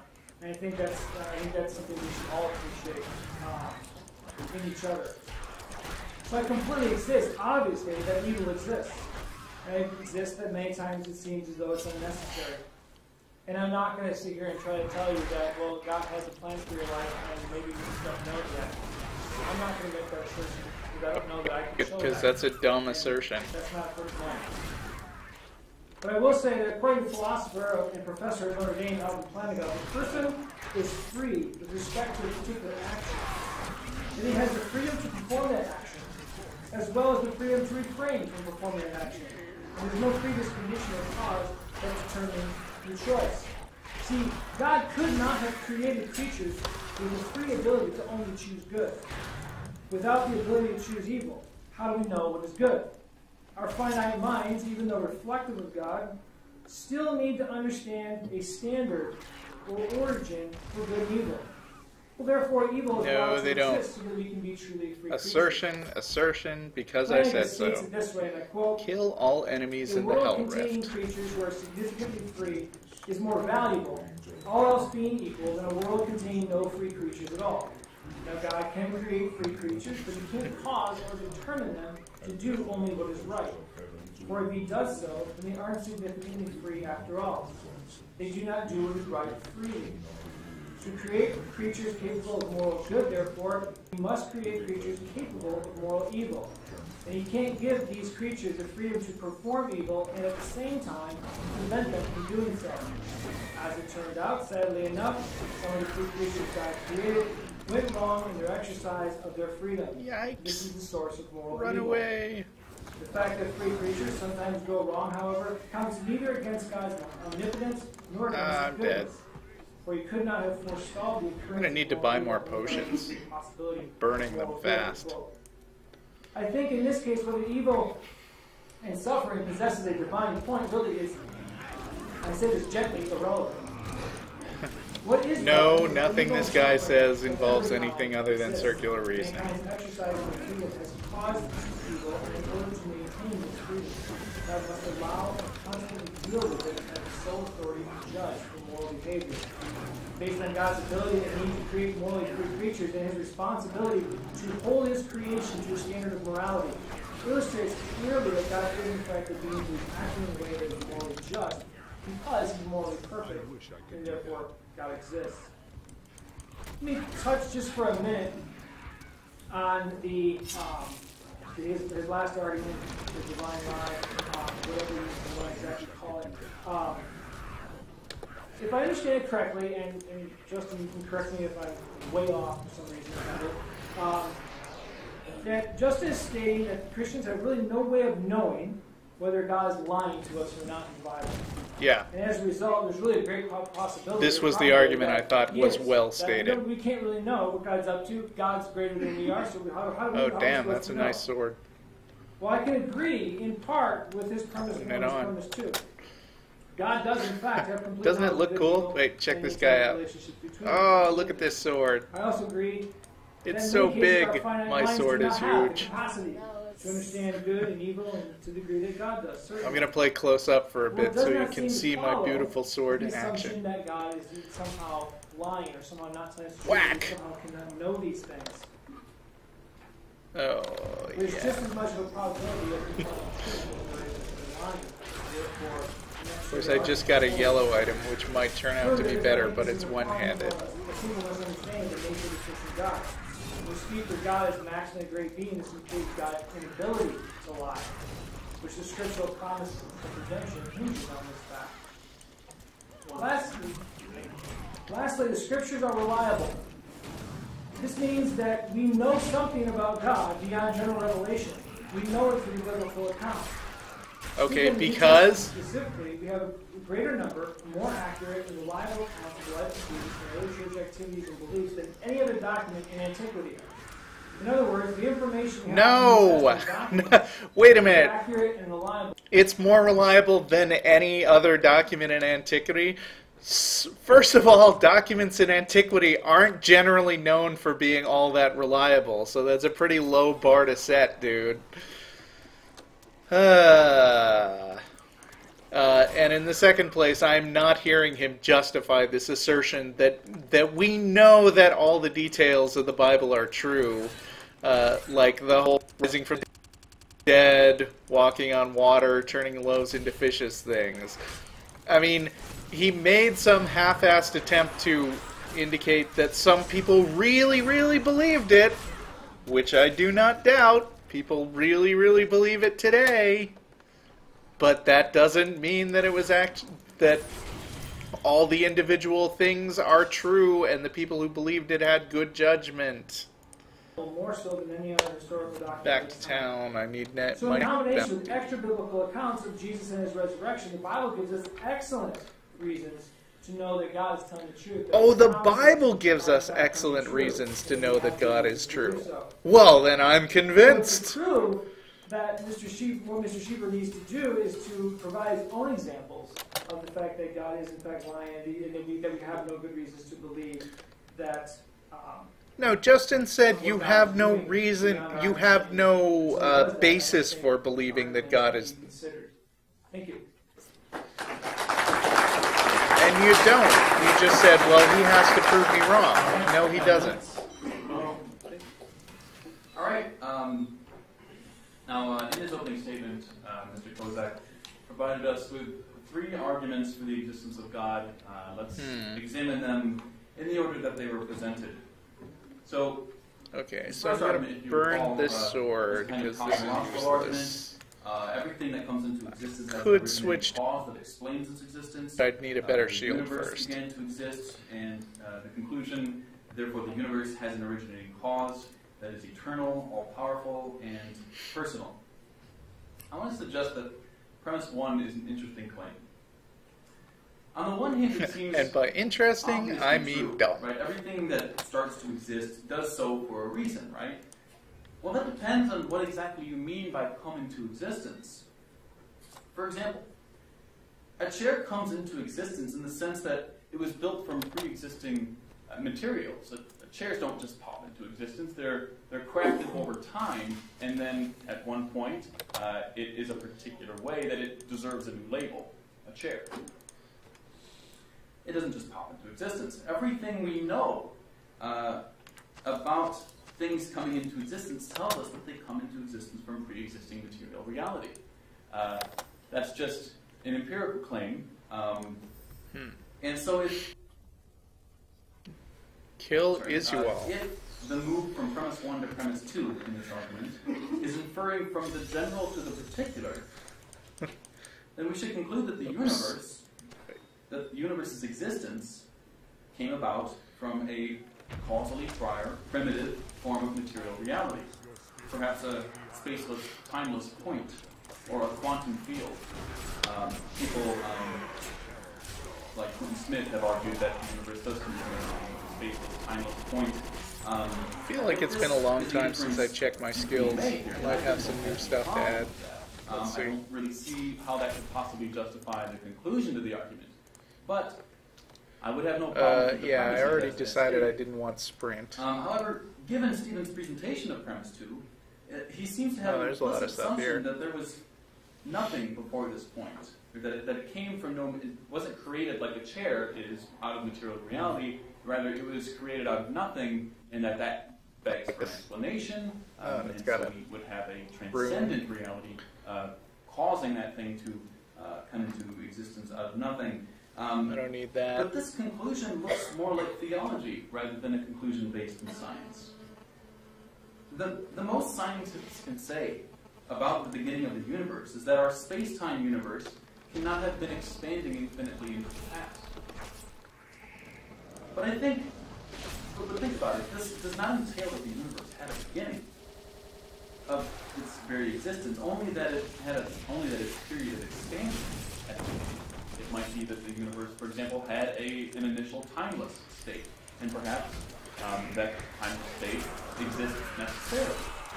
The truth is we just don't know these things, and to kind of speculate about the beginning of the universe, I think, is not only scientifically puzzling, but philosophically, it just seems to... Yeah, what I always say when Christians ask, do you believe that the universe had, we know that the universe had a beginning. I always say, it depends on what you mean by universe, because there really is more than one meaning of that term. If the universe means the set of all things that exist, we actually don't know that the universe had a beginning, because we don't know what happened before the expansion of this current universe that we're finding ourselves in now. And Christians really love to conflate the two concepts, even though they're not the same. Violate just good, rigorous philosophical thought. Like I said, we just don't know. For example, general relativity, the theory underlying the Big Bang theory, it's incomplete. But I mean, Justin is doing this fine. I don't want Justin to feel too attacked by the fact that I'm doing this video. Especially since he's going to watch it and we're going to talk about it. We should really be treating it as an unknown. I think we're just not really justified in kind of coming up with these grand theories. Now, so the conclusion. The conclusion of the argument, the universe has an originating cause that is eternal, all-powerful, and personal. I just don't see how this follows from the argument. Yeah, that's how I feel about a lot of Christian arguments. I just don't see how that follows. Seriously. Sean Carroll said it, quote, "The singularity of the Big Bang does not indicate a beginning to the universe. It only indicates an end to our theoretical comprehension." The moral argument. If objective moral values do not exist, then God does not exist. Premise 2, objective moral values do exist, therefore God exists. First of all, before I address what I think Stephen is arguing here, I think it should be noted that the argument is Level 18. and therefore unfound. The conclusion does not follow from the passage. Ooh, I got reaping swing. That a lack of moral values entails a lack of God means that the existence of moral values entails. First I have to beat this blue thing. This is a formal fallacy called denying the antecedent. But I think I know what Mr. Kovach is trying to get at here. I think you do too. Among some moral issues, there seems to be a wide moral agreement, and in many cases, these moral positions were reached independently of others. For instance, charity is very good, torture is very bad. Now, if we grant the premise that this can be a good guide true, go with that. Then the independent attestation is, I think, strong evidence in favor of some form of moral realism. How best are we to make sense of this? Stephen Kozak seems to be arguing that the God of the Bible is the only suitable philosophical grounding, or at least the most plausible, more plausible than not, ontological grounding in formal fact. But think about this. Clearly the claim which asserts that these obvious moral facts are grounded in the biblical God, or are grounded in anything rather, at the very least, must be sensitive to All whether right, or not boss the time. entity you're positing Is you all acts in a way consistent with those moral values that we all not hold reading dear. anymore?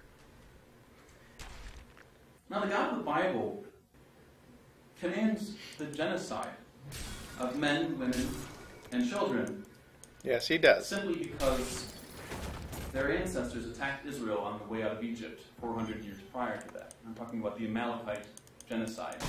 Saul failed in his job to exterminate the Amalekites. And so God wasn't happy with him. He didn't kill enough men, women, and children. And so he lost his job. Saul was no longer there. And so that's when Israel left the monarchy. But, I mean, so think about this. This is the claim we're being told to think about, that what makes sense of our moral intuitions is a being who is capable of that. Now let me ask you, if a being good is consistent with commanding such things as that, and with permitting slavery, and not outlawing it, but rather just regulating it, Yes. if that's really God loves slavery. what goodness is, then I am sorry, I have no idea what the hell goodness means. And I don't think any of you do. Sometimes I'm just baffled. Right, like I was saying before, you need some basis on which to judge God as right and wrong. Christians just say you don't have one, so you have to accept him as right, which is nothing but an argument from authority. Argument 3. The resurrection of Jesus Christ. This is an abductive argument, in which he listed 3 main facts, and says that the best explanation of these 3 facts is that. How much time do I have? All right. That the best explanation of these 3 facts is that God raised Jesus from the dead. Now, on page 222 of Lee Strobel's A Case for Christ, one of the very first apologetic books I ever owned, we read William Lane Craig is quoted as saying, quote, "Any hypothesis would be more probable than saying that the corpse of Jesus spontaneously came back to life. But the hypothesis that God raised Jesus from the dead doesn't contradict science or any known experience." And listen to what it says here. This is extremely important. All it requires is a hypothesis that God exists. And I think there are good independent reasons for thinking he does. Now, Craig is certainly right that the plausibility of the hypothesis that God raised Jesus from the dead will, of course, hinge on whether or not there are strong independent reasons for God's existence. If you're like me and you feel that the arguments for God's existence are extremely weak, then obviously Which they are. even far-fetched naturalistic explanation is just going to be a better explanation. Now notice, though, that this is not dogmatic. This is not a dogmatic rejection of miracles. Rather, it's a recognition that one's epistemic probability of a hypothesis is going to be sensitive to one's background knowledge. That is to say that One more bounty, and then I get my bonus. And then maybe I'll do another rift. To me is, of course, going to be contingent on whether or not I think that God exists, or whether or not there are supernatural agents interacting with the world in such a way as to yeah, thanks. I'm terrible at things. Whoops. Watch your time. Long delay before the questions get set up, so I might need to skip ahead. Alright, you have 8 minutes for your truck examination, and it begins now. Well, I want to start with just doing some clarification questions if I understand correctly.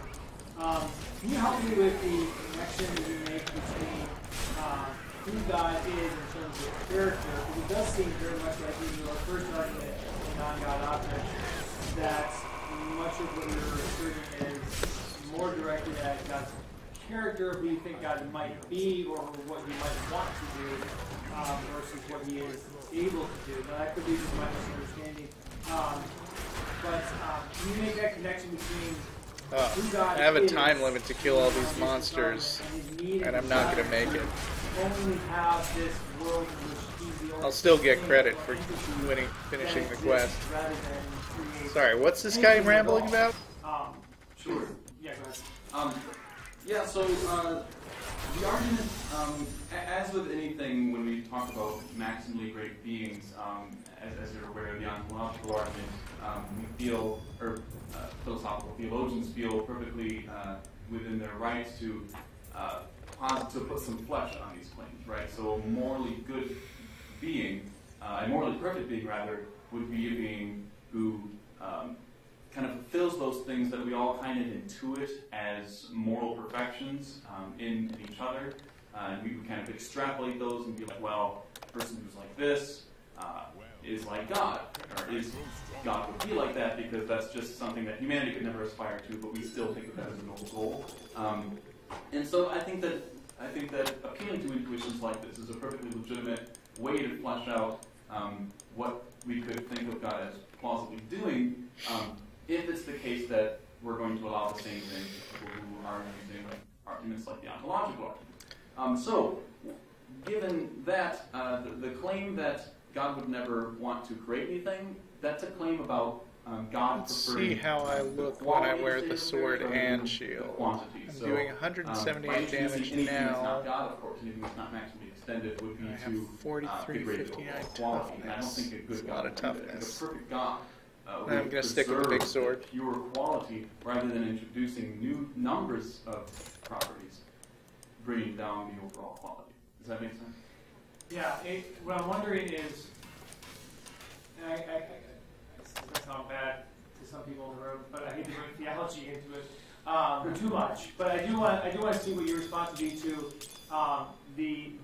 maybe the Christian response to that beyond an apologetics discussion might be, well, God did create what we might call the best possible world, and in terms of Genesis, Adam and Eve, the garden. In terms of even how Christians understand heaven being the presence of God, that would be as close to or as like heaven as one could get before. Oh, I got a new the skill things slot. according to the Christian view. That God did create that, Earthquake. but in order to create morally free creatures, He has to create them with the ability to do wrong. Therefore, they did. Therefore, they have the punishment. Therefore, we're in our state now. How then would you respond to the basic Christian response to that?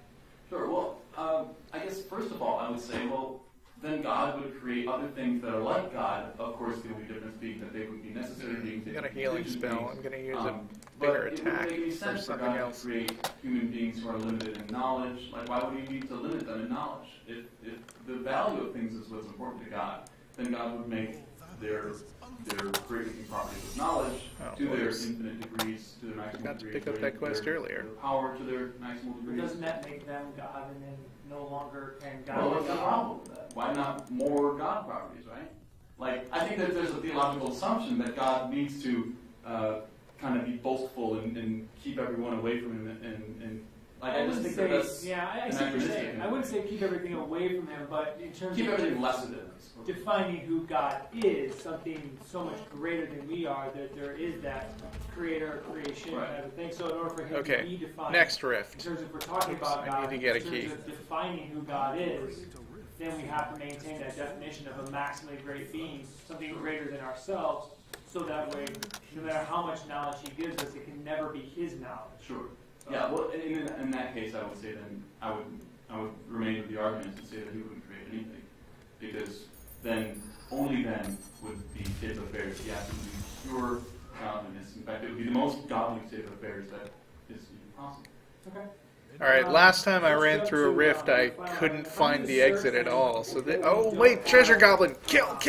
We don't know any. Sorry, we don't know any proposition that has biblical justification. If I read your premises correctly. Right. So what I was arguing there is in response to a particular response to the problem of evil, in which one says that, look, we're not in a position to place probabilities on what God would or wouldn't allow. Right? Now, if that's the case, then it would also follow that we're not in a position to place probabilities on whether or not there exists a good that would justify God's lying. Now, the argument is saying that God has lied. It's only saying that the probability is completely beyond that. Because of the vast epistemic chasm that exists between God's knowledge and man's knowledge. Given that, we're just simply not in a position to place probabilities on whether or not some particular biblical passages are lies. Now, of course, if that's the case, then we can't be justified in thinking that they're probably true. And so it means that we can't know them because we wouldn't have such a warrant. I guess I could part that I take exception to that, the idea of adding in that, the possibility that God is lying. Because if we are not sure, which we could say that in many cases, especially in terms of the ideas of suffering, that there's no way we can look in the Bible and go, oh, this suffering is here, okay, well then this is what I'm supposed to, this is how I'm supposed to react.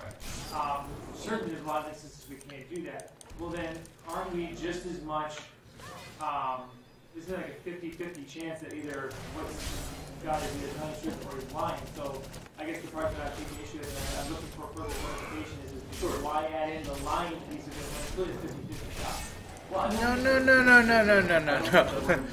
Why add in the lying piece of it? Why? I mean, by default, we assume that it's that you need to put in some effort to distinguish the difference between a truth and a lie.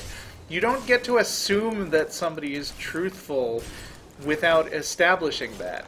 So he's acting as if the possibility that God could be lying is an extraneous assumption being brought in, when in fact the notion of God as a perfect truth teller is the assumption he's making. As I was saying. So to place probabilities, one would have to assume that our knowledge of the goods, evils, and sin of between us is roughly representative of the actual right? Only if that's the case can we really be confident in taking probabilities on these things. So I should be running toward exits as fast as possible to not be stuck in one set of scenery for a long time. All right. Now, oops. Sorry, 1 second. Okay. So now things are going to get reversed. It was asking me to update the stopwatch app. This is current enough. Yeah, and wait. All right. Then you have 8 minutes to cross-examine. Okay. All right. I may have misheard this. Tell me if I'm correct here. Did you at one point say in response to the God who not create anything argument, did you say that that the God world would never really exist, that God would always create something? That sounds close enough. I don't know exactly where there was, but that basically means that because what I'm looking at there is that we can talk about the existence of God's world, but what I would rather talk about, what I think is more relevant, talk about the fact that we have something. So I would rather almost explain this existence now rather than go to the possibility of some other. Oh, I got an achievement called Bloodbath. That sounds very violent. Sure. And I'm such a peaceable barbarian. So if you're saying that creation was necessary, then are you saying that creation was not a free act? No, I'm not saying creation was necessary. I'm saying God just desires to. God does not need us in any capacity whatsoever. Sure. Okay, so once again, we're talking about the imaginary properties of an imaginary God as if that mattered, as if you didn't have to establish it. Is that right? The point I was trying to make there is that More damage. We can maybe make the assumption that any one of us in this room might assert that a particular evil More is of this damage. Okay. In our own experience at that moment, Sure. we might feel that way. Yeah. So definitely, I obviously I would agree that a lot of these evils seem gratuitous, right? And when I say gratuitous, I'm talking about an instance of suffering or an evil is gratuitous if and only if God could have prevented it without missing out on some greater good or avoiding some greater evil.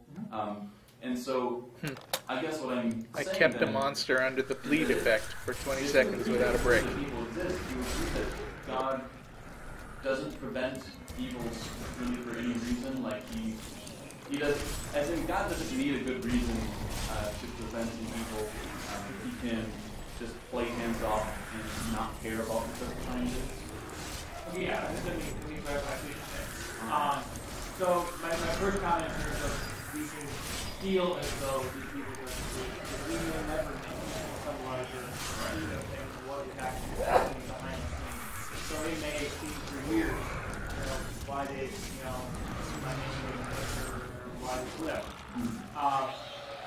But God's action within the world is obviously his free choice to do what he needs to do. Oh, was that an orange weapon I just saw? Desires to do evils which are allowed. Yeah, here we are again, and you can't know, but I'm saying I know anyway. You can't understand the mind of God, but just trust me when I say things about him. Special pleading. But the basic thing that I'm trying to show is that these evils must exist in order for us to have any kind of idea of what good is.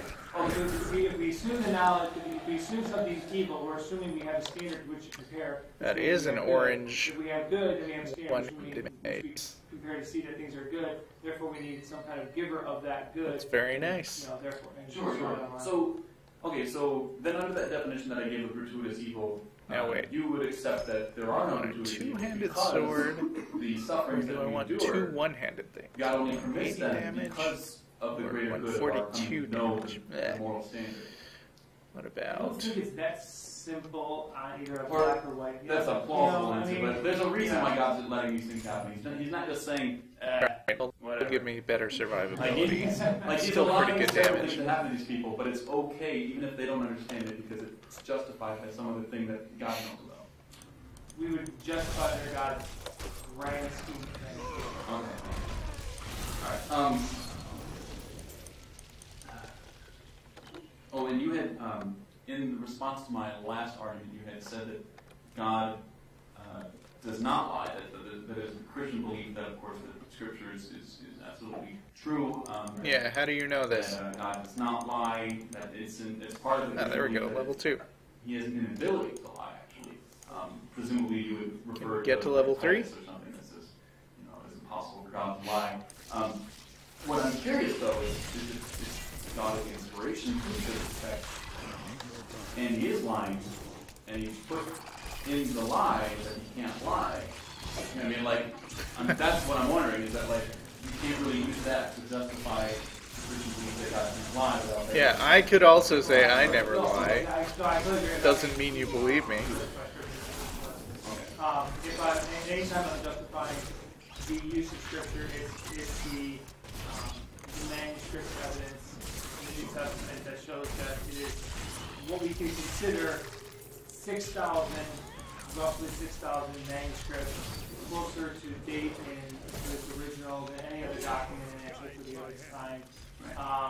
But Which means there's a lot of copies, right? a lot of copiers, and they're all 95 to 99% accurate. I would only, let me, I guess, talk about the resurrection argument. This guy is confusing evidence that there is a real book that was really accurately transcribed and still says the thing that people said it did, with the notion that the things that are claimed in the book are true. Those two claims have nothing at all to do with each other. Nothing. One question I would Not like to one know thing. is, do you think that there exists free will in heaven? This is a good argument.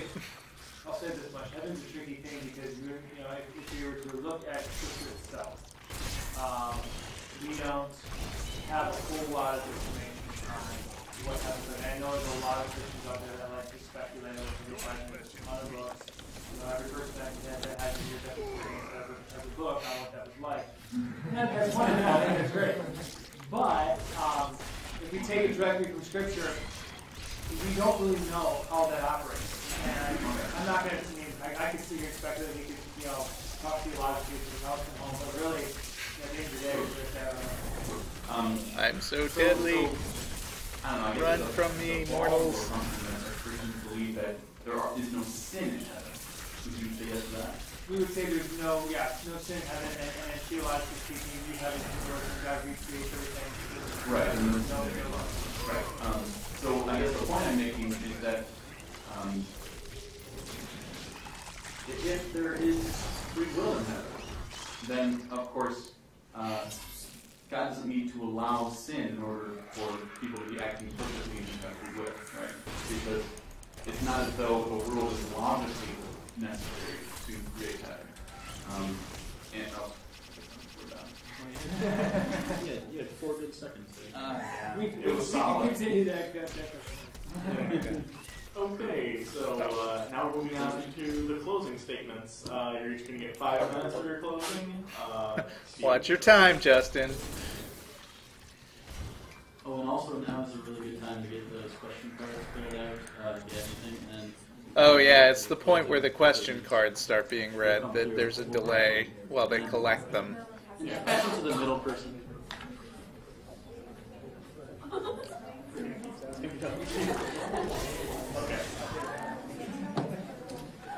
All right.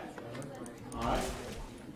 Well, first let me say once again that I do want to thank everybody for coming out and listening to such Welcome, important SW discussion. Grafters. Oh wait, no, you've been I here a certainly while. hope that You you just have didn't know what they were weighed in on arguing all the about. evidence, good arguments presented on both sides.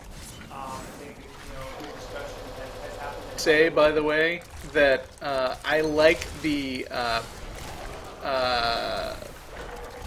premise of this debate, or the topic of this debate that they picked, because it's very specific. It's not just a God existing, it's the Christian God exists. And that's something you can actually discuss with specifics. And also there are a lot of debates that try to use where they're like, there is evidence that the Christian God exists. And even though debates generally should come down to discussing what the evidence is, that topic itself makes the whole conversation vague enough that somebody could say, well, a lot of people believe in the Christian God, and that's evidence. The debate didn't ask me to prove that the Christian God actually exists. All I have to do in order to win is actually show that there is something that I call evidence, and therefore I win. It's just, you want a good, detailed, specific topic like this, and I think the Christian God exists fits the bill and is not ambiguous, so I approve of that. As the days and weeks go by amongst all of you, and I think that's wonderful. In closing, let me say this. There are a lot of reasons we can say that God does in fact exist. Can we prove beyond the shadow of a doubt? Well, no. Can I give a ton of evidence? Absolutely. But no, you haven't given any evidence. You've given vague, abstract, philosophical wankery. And I would like you to be called out on that a little more. Regardless of what we have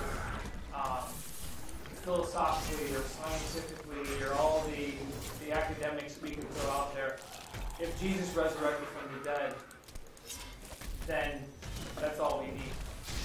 Because everything that God has promised and that God has said, and that God has promised. Begging the question. Is absolutely true. I think I've laid out several good arguments from existence, from morality, that because something exists, there must be a cause. That because objective morality exists, there must be a giver of that morality. I don't want to fight these fat guys. I think I'm going to go run off and see if I can go another direction. And that the evidence that Jesus resurrected, although I gave very, very small amounts of it, when you look deeper, is somewhat overwhelming. So, I didn't give evidence, but trust me, it's there. Not having brought any of it up, I'm free to just say, oh, you can read more about the evidence for Jesus' resurrection on the internet. So, if you're in that place tonight, if you're in that place. Oh no, he's gonna ask people to fall on their knees and confess they're a sinner. To explore I have a suspicion about these debates. I mean, I said this probably the and Matt debate, but I think what atheists get out of this debate isn't the same goal that Christians get out of this debate. Atheists want to have this argument in order to persuade people that they're right. But Christians don't necessarily want to do that. I mean, it would be nice for them if they did, but what they're really after at the end of the day is they want to get butts in the seat, give somebody just enough attention, just enough material to pay attention to, so at the end of the day they can do their thing of preaching and saying, we heard two strong opinions tonight, and maybe one of us is right and maybe one of us is wrong, and who knows, but just to be safe, you'd better convert. I mean, because it's really about treating the audience as your church congregate. And not necessarily convincing them logically, but just telling them, whoa, Pascal's wager, you better not be taking any chances, and while I've got you all here, maybe I can get one of you to just say the sinner's prayer, whether you're convinced or not. Because, can you afford your eternal soul? It's like that. I think that is why so many Christians like debates. To them, it's the size of the audience, not the...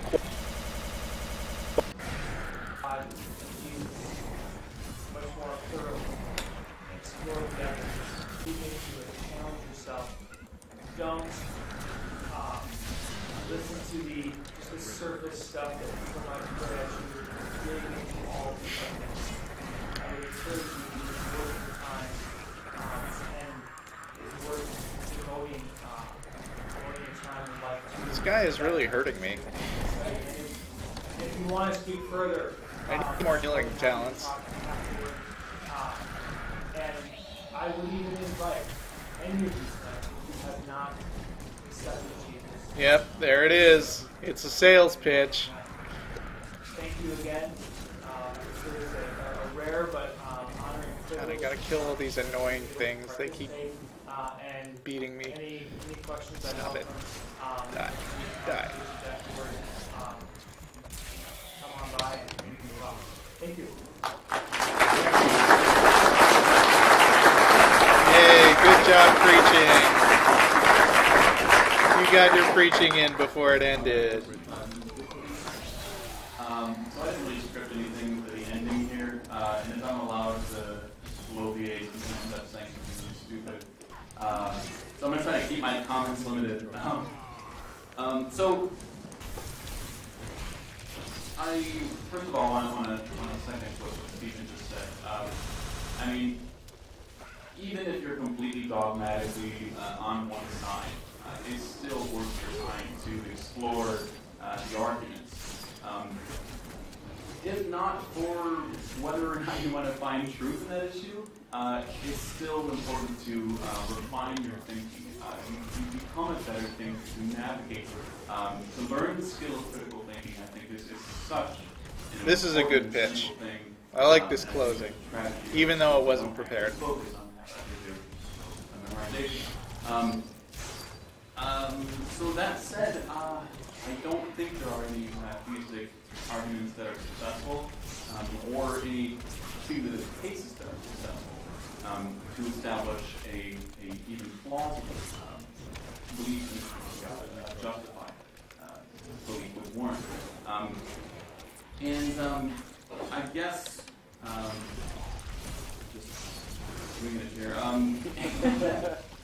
But what I do want to say, I really want to thank all of you for coming out. This is a very pleasant surprise. I was not at all expecting this number of people, and I think that I speak for the rest of the leadership here of the Church State, particularly the Student Alliance here, that they're very happy you guys came. These questions are, like I said, they're very interesting questions, and the nice thing about the God debate We're at 1 hour 28 minutes out of 1 hour 50. So many more interesting